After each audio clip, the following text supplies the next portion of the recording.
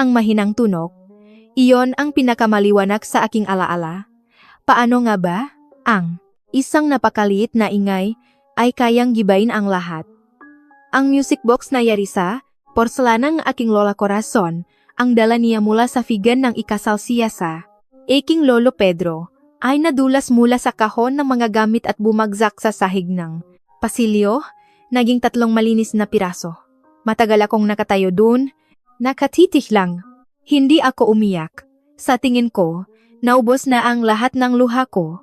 Ang asawa ko, ang ex-husband ko, ay pinapaalis ako bago matapos ang linggo. Hindi niya ito. Sinabi ng may kalupitan. Iyon ang pinakamasakit. Sinabi ito ni Diego sa paraan. Nege pagsasalita niya sa halos. Lahat nege bagay, bago, magtapos, ang aming relasyon, na mayuring ang sanay, na pasensya, na parang ako ay isang kliyente na hindi nantindihan ang mga terminong isang kontrata. 4 na taon nang kasal at kinausap niya ako na parang ako ay isang line item na hindi na akma sa spreadsheet. Ang dahilan, ang opisyal na dahilan, ay hindi kami makaanak.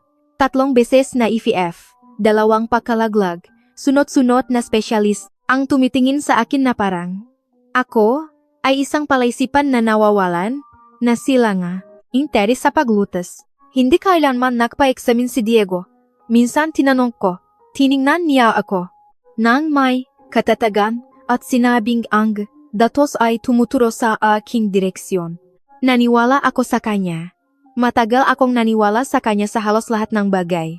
Kaya, inimpake ko ang akin, na mas kaunti kaysa sa inaakala ko, at lumipat ako sa isang studio apartment sa ika-4 na palapak ng isang gusali sa bandang Paranaque, 2 linggo bago magpasko. Ang pasilyo ay amoy iniho na isda at lumang init ng aircon, at sira ang elevator, at inabot sa akin ng karetakerang aking mga susi na may eksaktong sigasik nga isang lalaking nag-abot ng mga susi na naabot na niyang daang beses. Ang apartment sa tapat ko ay may welcome mat na nakasulat, "Huwag kang pumasok." Sa maliliit na letra. Napansin ko ito dahil napatawa ako sa unang pakakataon sa loob ng halos 3 buwan. Hindi ko inaasahang makikilala ang taong nakatira doon sa loob ng 1 linggo. Ang pangalan niya ay Nando. Alam kong parang simula iyon ang isang bagay, at siguro nga, ngunit hindi ganun ang pakiramdam nun. Pakiramdam ko ay isang lalaki na may daladalang malaking supot ng groceries ang napansin na nahulog ko. Ang aking mga susi sa pagitan ng pinto ng elevator at sahig ng pasilyo at kinuha, ang maito gamit, ang isang ballpen mula sa kanyang bulsang ng polo ng hindi, hinihingi at nang hindi pinapalaki. Ang elevator sa ika-4 na palapag ay sira mula pa noong Oktubre, sabi niya, inyabo ang maana Suzy sa akin. Sabi nila Pebrero pa maayos. Pebrero? Uli, ko. Puwede Marso pa? May maitim siyang buhok na nanggingitim sa sentido at ang uri nga katahimikan na hindi parang pagkamahiyain. Ito ay parang isang matibay na desisyon. Tumango siya minsan at pumasok sa loob at tumayo ako sa pasilyo ng mas matagal kaysa sa kailangan ko. Iyon ay Disyembre 14. Ang masumunod na linggo ay ang uringam nga linggo na parang panahon. Mas tinataboy mo sila kaysa sa tinitirahan. Nagtuturo pa rin ako ng 3 baitang sa Maplewood Elementary na nagligtas sa akin sa tingin ko. Hindi inaalala ng 8 taong gulang ang iyong diborsyo. Inaalala nila kung naaalala mo ang uot na pinangalanan nilang Kiko at kung magbabasa ka pa ng isang kabanatangang si Malakas at si Maganda bago ang bell.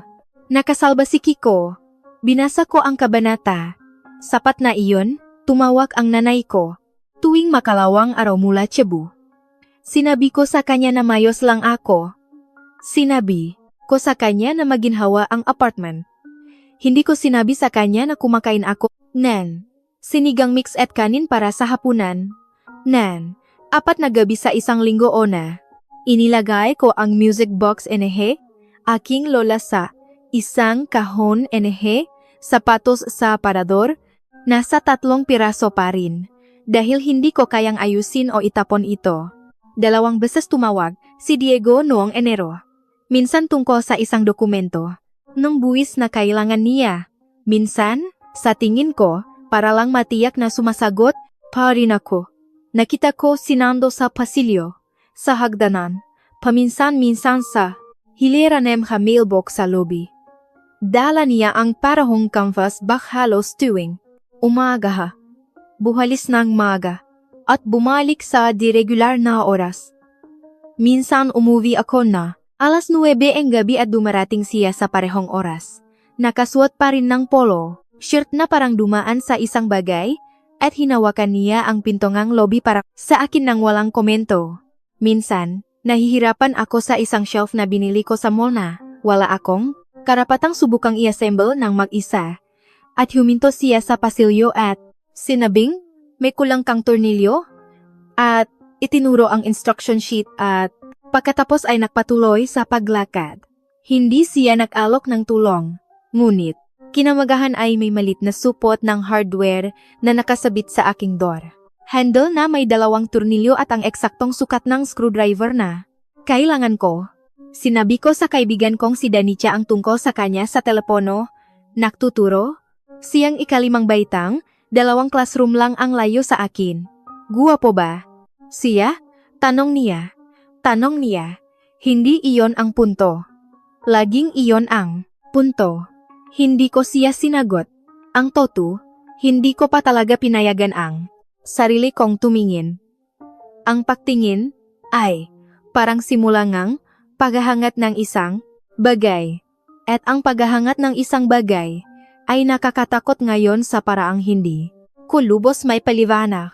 Noong Pebrero, tinawag ako ng principal ko at isinarang pinto na hindi kailanman magandang senyales. At sinabi sa akin na may isang magulang na nagayin ng formal na reklamo. Ang magulang ay ang asawa ng isang miyembro ng City Council. Ang reklamo ay ginawa ko raw ang kanyang anak na makaramdam na pinipili sa isang talakayan sa klase tungkol sa pagiging tapat. Ang anak ay, sa katunayan, nahuling nagsisinungaling sa ibang estudyante tungkol sa isang bagay at tinugunan ko ito sa paraan ng pagtugon ko sa lahat, tahimik, nang walang drama, sa paraang sa tingin ko ay patas. Wala sa maiyon ang mahalaga. Ang reklamo ay napunta sa DepEd, Department of Education. May 30 sa loob ng 2 linggo. Inilagay ako sa tinatawag nilang support plan na ang uri nga, wika na ginagamit ng institusyon kapag gusto nilang gumawa ng paper trail. Hindi ko sinabi sa nanay ko. Hindi ko sinabi kay Diego. Umupo ako doon na patuloy akong naupakita at naksik ng mga papel sa kitchen table hanggang 11:00 ng gabi at hindi ko hinayaan ang sarili kong bumaksak sa eskwelahan. Ang gabi na ipinadala ng DepEd ang formal na nakasulat na abiso, hindi po tatapos. Hindi po.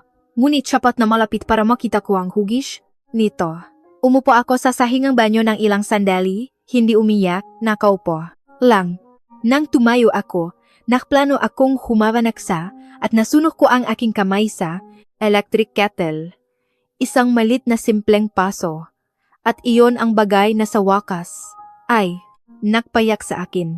Nakatayo ako sa lababo sa kusina na nagbuhos ng malamig na tubig sa aking kamay at umiyak tungkol sa pasong takure at ang music box na nasa 3 piraso sa aparador at 4 na taon ng kasal at ang salitang walang anak at isang legal na dokumento.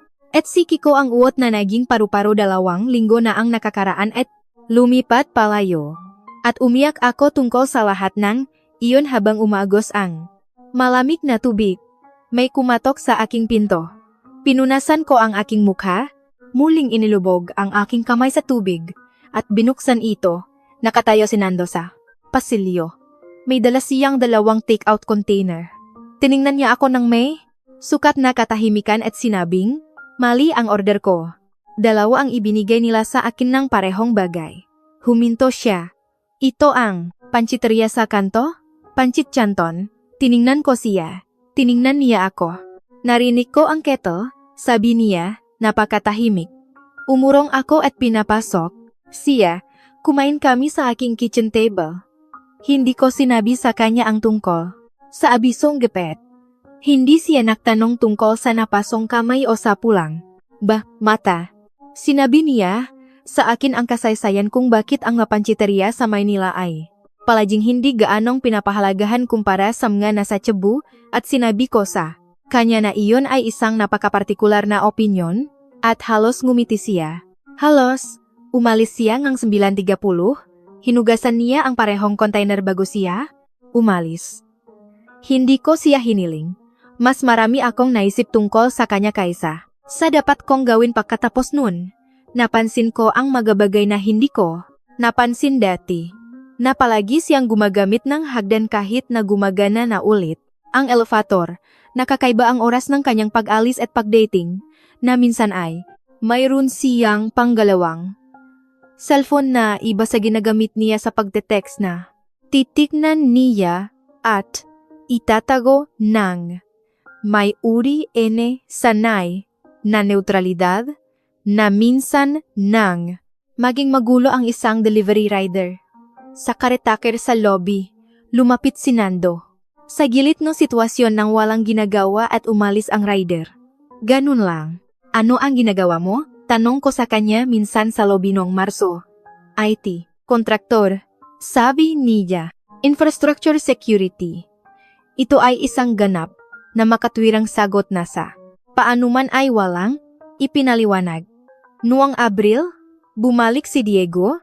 Hindi bumalik na parang humihingi sa akin na umuwi. Bumalik na parang nakpakita sa aking paralan. Sa oras ng tanghalian, nanalaman ko lang dahil nag-text si Danica sa akin mula sa parking lot na nagsasabing, ang ex mo ay nasa labas at mukhang hindi siya rito para mag-sorry. Lumabas ako. Nakatayo siya sa tabi ng aking kotse, nakalagay ang makamay sa bulsa. Mukhang isang lalaking nagpasya na pamahalaan ang isang sitwasyon. Sinabi niya sa akin na isang mamamahayag ang nag-imbestiga sa ilan sa kanyang proyekto sa pagpapaunlad sa Bonifacio Global City, isang babae na sumasaklaw sa patakaran sa pabahay para sa Philippine Daily Inquirer. Sinabi niya na ito ay isang bagay na may motibong politikal, magataong hindi nagustuhan kung paano hinawakan ang proyekto sa Pasig Riverfront. Sabi niya, kung tawagan akong babae, mas maganda kung hindi ko siya kakausapin. Tinanong ko kung bakit tatawagan akong isang mamamahayag na nag-imbestiga sa kanyang maproyekto sa pagpapaunlad. Sabi niya, masusing ginagawa ng babae ang trabaho niya. Sinabi niya ito sa paraang nagpapahiwatig na ang pagiging masusi ay isang kapintasan sa karakter. Sinabi ko sa kanya na kakausapin ko ang sinumang pipiliin kong kausapin. Bahagya niyang iniliko ang kanyang ulo sa paraan ng paggawa niya kapag nagre-recalculate at sinabi niya na baka gusto kong pag-isipan ng mabuti ang tiempo dahil sa sitwasyon sa aking paralan. Sinabi niya ito ng mahinahon. Sinabi niya ito sa paraan ng pagsasabi niya ng halos lahat ng bagay. Nakmaniw ako pabalik sa aking klase sa hapon at nakturo. Nen, maka-fraction. Sa loob ng 40 minuto at hindi ko hinayaan na mahinak ang aking mga kamay. Nang gabing iyon, nakatayo ako sa aking kusina na sinusubukang magpasya kung ang pakiramdam sa aking dibdib ay takot o galit at hindi ko halos mapunta sa galit nang may kumatok sa aking pinto. Binuksan ko ito na umasa kay Danica o sa kartaker tungkol sa isang maintenance. Si Nando pala. Sinabi niya, alam kong kakaiba itong sabihin, pero ang lalaking nasa parking lot ng iyong paralan ngayon, may kailangan akong itanong sa iyo tungkol sa kanya. Napatulala ako sa kanya. Pwede ba akong pumasok? Umupo siya sa tapat ko sa kitchen table at dahan-dahan at maingat niyang sinabi ang magabagay sa paraang naglalagay ka ng magabagay. Kapag ayaw mong may masira, sinabi niya sa akin na hindi siya eksaktong IT contractor. Sinabi niya sa akin na ginagawa niya ang infrastructure security. Toto ang bahaging iyon. Ngunit, para sa isang pribadong firm na nakakontrata sa mga ahensya ng federal tulad ng NBI o CEDG. Sinabi niya sa akin na 7 buwan na siya sa gusaling ito. Sinabi niya sa akin na ang proyekto ng Pasig Riverfront Development ni Diego ay isang hibla sa isang mas malaking investigasyon na kinasasangkutan ng pandaraya sa permit, irregularidad sa wire transfer, at 3 pang developer sa 2 rehiyon. Sinabi niya sa akin na hindi niya ako pinlano. Narinig ko iyon ng napakalinaw. Umupo ako doon ng sandali. Pinapanot mo siya, sabi ko, bago ako lumipat. Oh. At pagkatapos ay lumipat ako sa tapat ng pasilyo. Oh. At Susi? Ang tornilyo? Napansin ko ang shelf? Ang panchitsanton? Tahimik. Siya ng sandali. Ang masusi ay masusi lang. Sabi niya. Ang mga tornilyo? Napansin ko ang shelf, ang pansit canton, huminto siya. Ang pansit canton ay hindi profesional. Tumayo ako. Naglakad ako sa bintana. At tiningnan ang kalye ng ilang sandali. May jeepney na dumadaan at may naglalakad nugaso na ayaw maglakad at may ilaw sa coffee shop sa kanto na bukas. Hanggang hating gabi, alam mo ba ang tungkol sa reklamo sa DepEd? Sabi ko. Ang magulang, ang asawa, ang miyembro ang City Council. Isang paginto, hindi ng isampa, pero pagkatapos, ang miyembro ang City Council ay nakipag-ugnayan kay Diego. Lumingon ako. Dapat sinabi mo sa akin, alam ko. Hindi niya ito inilarawan o ipinaliwanag. Sinabi lang niya. Alam kong dapat kong sinabi. Sinasabi ko na ngayon sa iyo, pinauwi ko siya. Umalis siya, hindi ako gaanong nakatulog. Nakahiga ako sa dilim at inayos ang 7 buwan ng maliliit na sandali at sinubukang alamin kung ano ang totoo at kung ano ang operational at patuloy akong dumarating sa parehong problema na parang isa lang sila. Ang tornilyo ay parang toto, ang pansit canton ay parang toto, ang paktayo niya sa gilid enge, sitwasyon sa lobby at walang sinasabi ay tutusa, para ang wala pa akong salita para ipaliwanag. Tinawagan ko si Danica ng 7:00 umaga.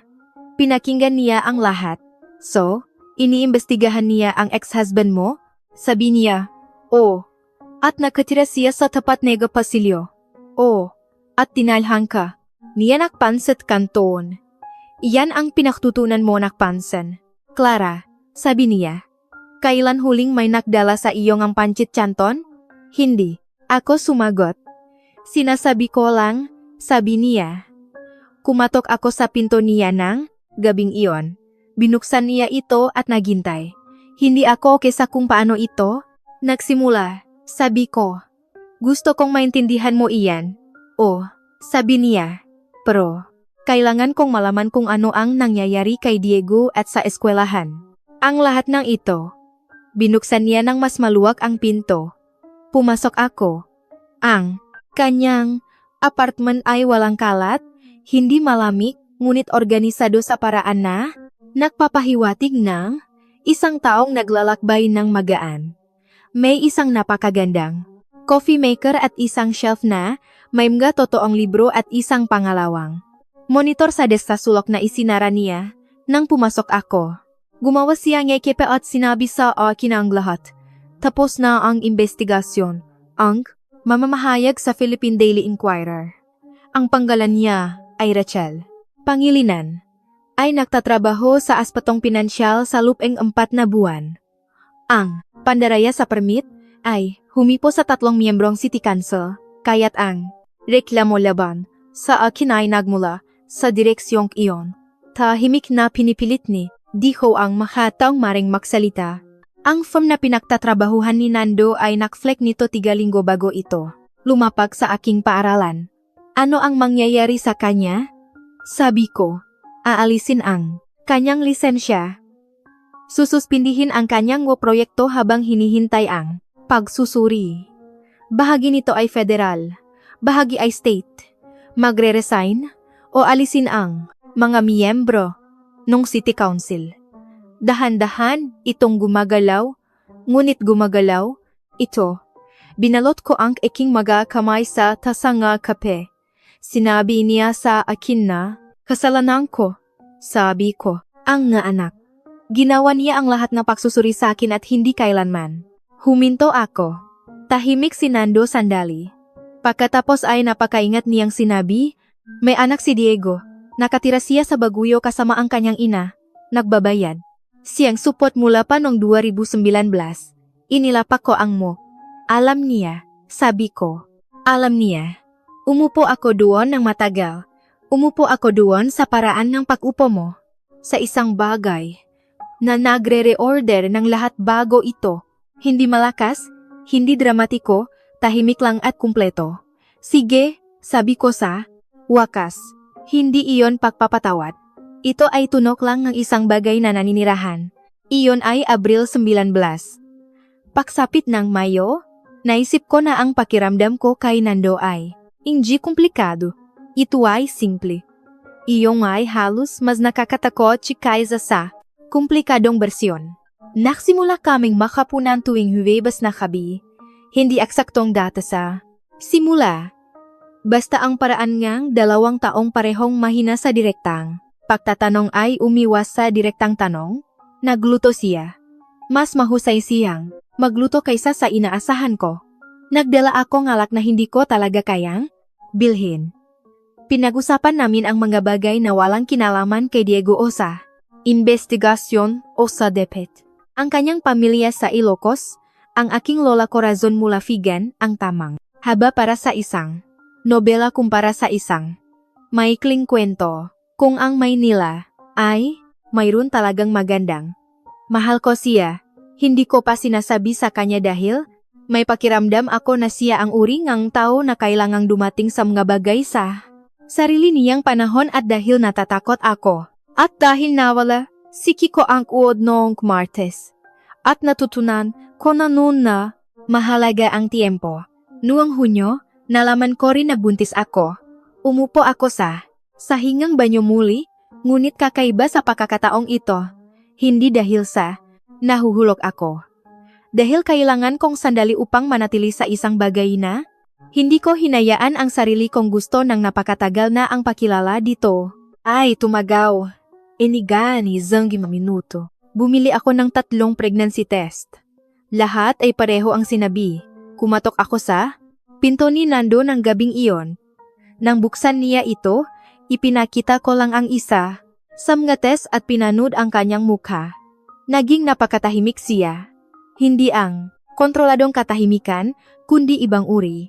Tulad ng isang lalaki na nakakarinig, ng isang bagay na pinakikinggan niya nang hindi niya alam.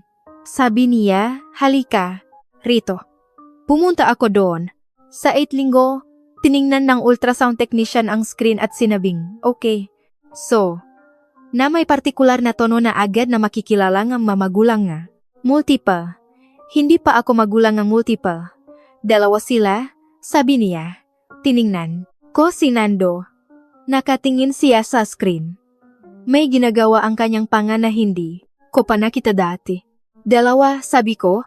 2, kinumpirma niya. Hinawakan niya ang aking kamay. Hinawakan niya ito na parang isang bagay na balak niyang panatilihin. Lumabas sa publiko ang investigasyon noong Agosto. Lumabas ang artikulo ni Rachel. Panjilinan nung linggo. Front page, above the fold. Digital at print. 3. Miyembro ng City Council at 4 na developer ang pinangalanan. Naka-freeze ang mga proyekto ni Diego. Sinuspinde ang kanyang lisensya habang hinihintay ang pagsusuri. Ang miyembroeng City Council na ang asawa ang naghain ng reklamo laban sa akin ay nagbitiw sa puwesto pa sa na Lunes na hapon. Inalis na tipid ang support plane. Direkta, akong tinawagan na aking principal at sinabi, ang manja salitang galubos na pinagsisihan at buong pagpapanumbalik sa parehong pangungusap at hinayaan ko. Siyang sabihin ang mga ito nang hindi pinapadali para sa kanya na sa tingin ko ay tama. Isang beses akong tinawagan ni Diego matapos lumabas ang artikulo. Hindi ko sinago. Nagiwan siya ng voicemail na nagsimula sa pangalan ko at nagtapos sa Katahimikan at binura ko ito at gumawa ng saa. Maingat sa pagkakataong ito at hindi nasunok ang aking kamay. Dumating ang nanay ko sa Maynila noong Setyembre. 1 linggo siyang nanatili. Nakilala niya si Nando sa ikalawang araw at ginugol ang natitirang linggo sa paghahanap ng maliliit na dahilan upang kumatok sa pinto niya upang magtanong ng bagay na hindi naman talaga niya kailangang itanong. Sa ikalimang araw, hinila niya ako sa kusina at sinabing, tinitingnan ka niya na parang desidido na siya. At sinabi ko, Nay. At sinabi niya, sinasabi ko lang sa iyo kung ano ang nakikita ko. At sinabi ko, alam ko, dahil alam ko. Matagal ko nang alam. Hinawakan niya ang aking muha sa kanyang makamay bago siya umalis para sa airport. Sinabi niya, magugustuhan siya ng lola mo. Naisip ko ang music box na nasa 3 piraso sa shelf at tumango ako. Noong Oktubre, kinuha ko ito mula sa Kohong Sapatos. Dinala ko ang 3 piraso sa isang repair shop ng porselana sa Quiapo. Isang maliit na lugar na pinamamahalaan ng isang babae na nagawa ng ang Kintsugi Restoration pag-ayos ang porselana gamit ang ginto. Look ng 30 taon. Tiningnan niya ang mali niya ng basak at sinabing malinis ang megait. Sinabi niya na pwede niyang punan ang mga tahing ginto. Ang ideya na hapon, sabi niya, ay ang basag ay bahagi ng kasaysayan. Hindi mo ito itatago. Iniwan ko ito sa kanya. Kinuha ko ito pagkatapos ang 3 linggo. Ang matahi ay may ginto. Sa mga basak at ang music box ay mukhang iba sa dati. Hindi na ibalik sa kung ano. Ito. Ngunit binago sa kung ano ito ngayon. Inilagay ko ito sa shelf. Ang isa na tinulungan akong ayusin ni Nando gamit ang mga turnilyo noong Enero. Ang kambal ay dumating noong Nobyembre, 3 linggo ng maga, na ayon sa doktor ay textbook para sa isang twin pregnancy. Mayroong 24 na oras ng labor na hindi ko ilalarawan ng detalyado, maliban sa sabihing, hindi man lang kumurap si Nando at nasa isang punto nang tumaas ang aking blood pressure at may 2 dagdag na nurse sa silid at nagriring ang mga monitor. At may usapan na nangyayari sa itaas ko na hindi ko lubos masubaybayan. Yumuko siya ng malapit at napakatahimik na sinabing, hawak kita, at narinig ko iyon sa aking katawan. Isang babae at isang lalaki. 2.1 kilo at 2.2 kilo. Ang nikusalok ng 8 araw, na ang pinakamahabang 8 araw, at pagkatapos ay umuwi. Sila. Lumipat pabalik ang nanay ko. Nagmaneho pababa ang mamagulang niya mula Ilocos. Ang kanyang ama, isang lalaki na kaunting salita, ay hawak ang aking anak na babae sa loop na 45 minuto nang hindi humakala. At nagdala ang kanyang nanay ng 1 linggong halaga ng pakain sa isang cooler. At inayos muli ang aking kusina nang hindi nagtatanong. At hinayaan ko siya, dahil kailangan talaga itong ayusin. Dumating si Danica, at tumayo sa gitna ngang sala na hawak ang aking anak sa kanyang, mabisik at sinabing, hindi ako makapaniwala na ipinakita mo ito gamit ang panchichanton. At napatawa ako ng malakas kaya kinailangan kong umupo.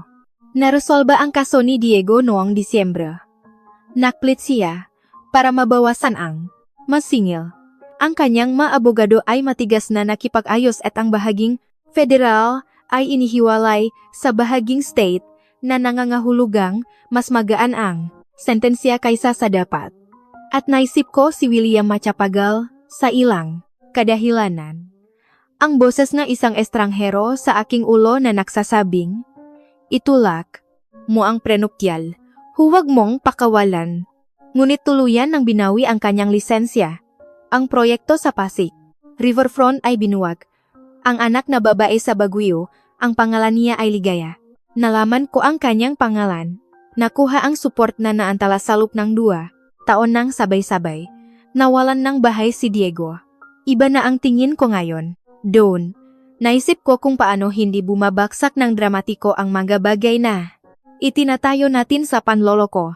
Bigla na lang silang nawawala ng tayo. Isang araw, wala na ang lupa. Sa bispras ang Pasko, Hiniling ni Nando na pakasalan ko siya, hindi sa isang produksyon. Nasa kusina kami matapos matulog ang nga sanggol. Natutulog pa rin sila sa parehong basinet. Nakaharap sa isa't isa tulad ng sa ultrasound. At nahuhugas siyang bote at nakasandal ako sa counter. At pinatay niya ang tubig at pinunasan ang kanyang nga kamay at tiningnan ako ng matagal. Pagkatapos ay sinabi niya, gusto kong maging asawa kita kung gusto mo iyan. Sabi ko, gusto ko iyan. Tumango siya minsan. Inyabot niya ang kanyang bulsang polo na nakasabit sa likod ng upuan at naglabas ng singsing. Simpleng gintong singsing. Isang maliit na bato. At inilagay sa aking daliri gamit ang makabilang kamay. Maingat. Parang isang bagay na balak niyang panatilihin. Mayroon ako niyan mula pa noong Agosto, sabi niya. Ang linggo na lumabas ang artikulo, iyong linggo, naisip ko, siya na bumiling ng singsing sa parehong, araw na nawasak ang mundo ni Diego. Naisip ko ang pagkakaibangang dalawang lalaking iyon at kung ano ang kanilang itinayo at sa anong pundasyon. Pumunta ako sa basinet at tiningnan sila. Ang aking anak na babae at ang aking anak na lalaki, 2.1 kilo at 2.3 kilo. Ngayon ay 4.5 kilo, something at lumalaki. Nahuli ng Iloong Pasko ang music box sa shelf at ang mga gintong tahi ay tumakbo sa mabasak. At naisip ko ang sinabing ng babay sa Quiapo na ang basak ay bahagingang kasaysayan na hindi mo ito itatago. Na minsan ang mga tahi ang pinakamagandang bahagi. Sa labas, malamig at basa at hindi perpekto ang Maynila at hanap na buhay tulad na palaking kanon ang Maynila. Isang jeepney ang dumadaan. May naglalakat ngang aso, ang coffee shop sa kanto na bukas hanggang hating gabi. Bumalik ako sa kusina, gumagawang sa asi. Nando, alam na niya kung paano ko ito ininom.